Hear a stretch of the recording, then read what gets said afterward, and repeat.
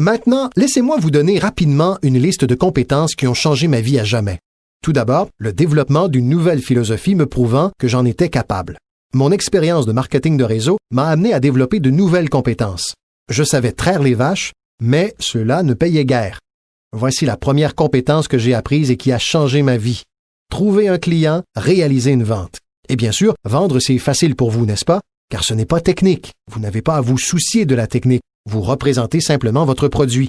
Si vous disposez d'un produit unique, que vous vantez ses mérites, que vous persuadez quelqu'un que c'est le meilleur et qu'il accepte de l'acheter, c'est l'art de la vente réduit à sa plus simple expression. Mais dans votre commerce, c'est plus l'idée de partager. Utilisez le produit vous-même. Réunissez quelques témoignages et partagez simplement ses faits. Donc, nous ne parlons pas de compétences techniques pour envoyer quelqu'un dans l'espace. Il s'agit simplement de partager quelque chose que vous avez découvert avec un tiers et de le faire suffisamment bien pour que cette personne souhaite participer. Maintenant, voici ce qui s'est passé quand j'ai appris à connaître les ventes. J'ai multiplié mes revenus par 5. Évidemment, ça n'en prenait pas beaucoup puisque je ne faisais pas grand-chose à la ferme. Mais mon salaire a été multiplié par 5. Vendre, trouver des clients, développer cette solide fondation pour une carrière d'entrepreneur. J'ai aujourd'hui 2 compétences, traire les vaches et vendre. Voici la deuxième compétence que j'ai apprise et qui m'a changé à jamais et c'est recruter, présenter l'opportunité d'affaires à de nouvelles personnes, apprendre à livrer une bonne invitation, apprendre comment donner 2 types de conférences, formelles et informelles. La troisième partie du recrutement, c'est évidemment le suivi. Une fois que vous avez commencé une nouvelle vie, vous devez veiller dessus. Une fois que vous avez commencé une nouvelle vie, vous devez veiller dessus. Tout comme une nouvelle mère veillerait sur son enfant. Vous ne commencez pas une nouvelle vie pour l'abandonner. Commencez une nouvelle vie en la nourrissant comme une mère et en la protégeant comme un père. Vous jouez à la fois le rôle de la mère et du père d'une nouvelle personne. La nourriture et les idées comme une mère. La protection, défendre cette nouvelle vie contre les voix extérieures qui voudraient la dissuader. Dans l'art du recrutement, vous devez être à la fois la mère et le père. C'est ce que l'on appelle un parrain. Et un parrain, c'est comme un pont. On aide quelqu'un à passer de l'obscurité à la lumière, du scepticisme à la foi, de l'ignorance à la connaissance, de l'absence de confiance en soi à la naissance de l'assurance. Vous êtes ce pont qui aide les gens à passer de l'ombre à la lumière.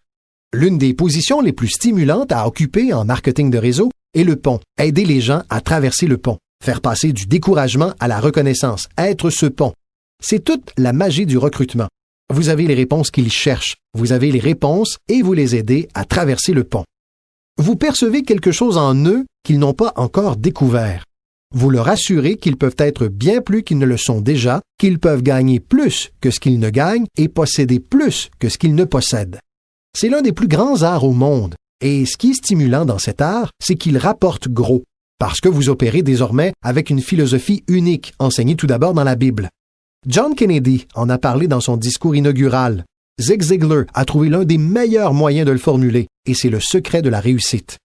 Le secret de l'abondance et de la fortune a été tout d'abord enseigné dans la Bible, parce que la question « Comment pouvons-nous parvenir à cette grandeur ?» L'abondance, la puissance, l'influence, la reconnaissance des autres et l'estime de soi. Comment pouvons-nous parvenir à cette grandeur a été posée au grand maître. Et voici sa formule pour parvenir à cette grandeur sur le plan personnel.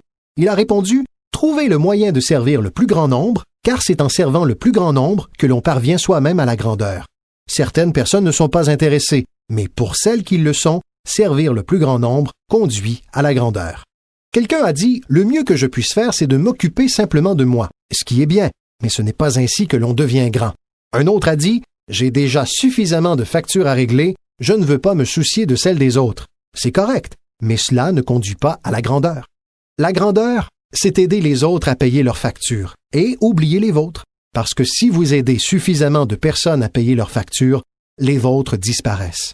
Aidez les gens qui ont des problèmes. Vos problèmes disparaissent.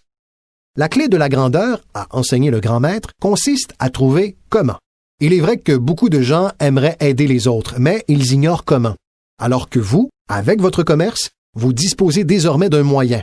Libre à vous de l'utiliser ou non. Libre à vous de le rentabiliser ou non.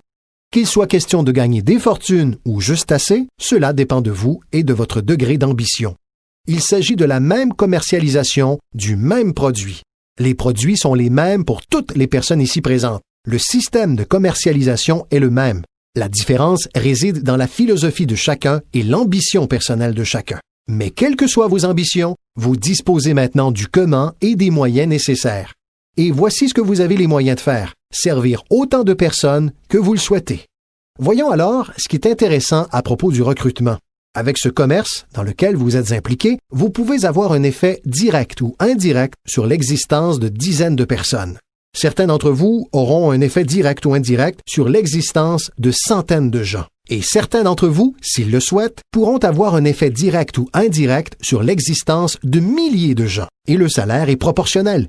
Si vous avez un effet sur quelques personnes, vous gagnez un salaire correspondant. Si vous avez un effet sur un plus grand nombre, vos gains sont proportionnels. Mais le secret est donné dans la Bible.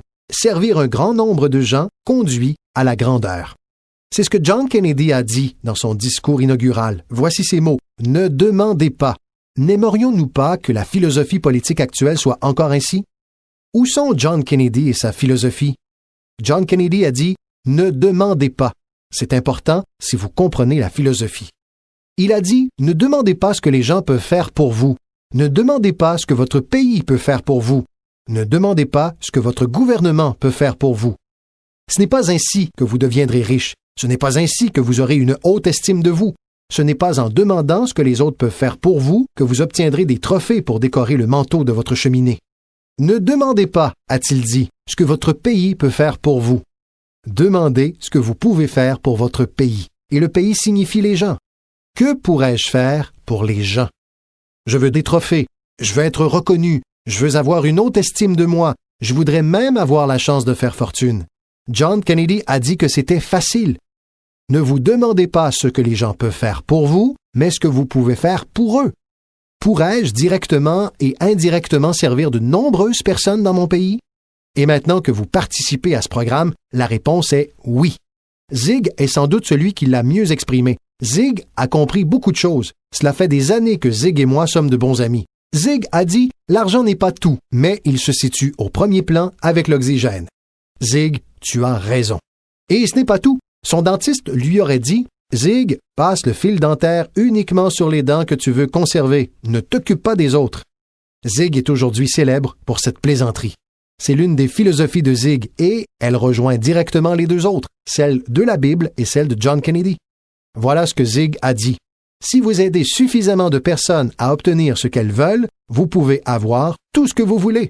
Si vous aidez suffisamment de personnes à obtenir ce qu'elles veulent, vous pouvez avoir tout ce que vous voulez. Maintenant, avoir tout ce que vous voulez, cela s'appelle de l'intérêt personnel, mais ce n'est pas un problème si on le pratique de manière positive. En aidant suffisamment de personnes à obtenir ce qu'elles veulent, vous pouvez avoir tout ce que vous voulez. Pour y parvenir, il vous suffit de maîtriser la compétence suivante, appelée le recrutement. Je l'ai apprise et elle m'a rendu riche. J'ai aujourd'hui 3 compétences. Traire les vaches, vendre et recruter. Voici donc la compétence suivante que j'ai apprise pour gagner gros, l'organisation. Une fois que vous avez quelques personnes, faites-les travailler ensemble et constatez. C'est magique. Faire travailler les gens ensemble, c'est magique. Bien sûr, c'est également exigeant, comme lorsque plusieurs membres de votre famille travaillent ensemble, mais cela reste magique. Faire travailler ensemble mari et sa femme, ce n'est pas facile, mais c'est magique lorsque cela fonctionne. Mais tout ce qui est magique est une forme de défi.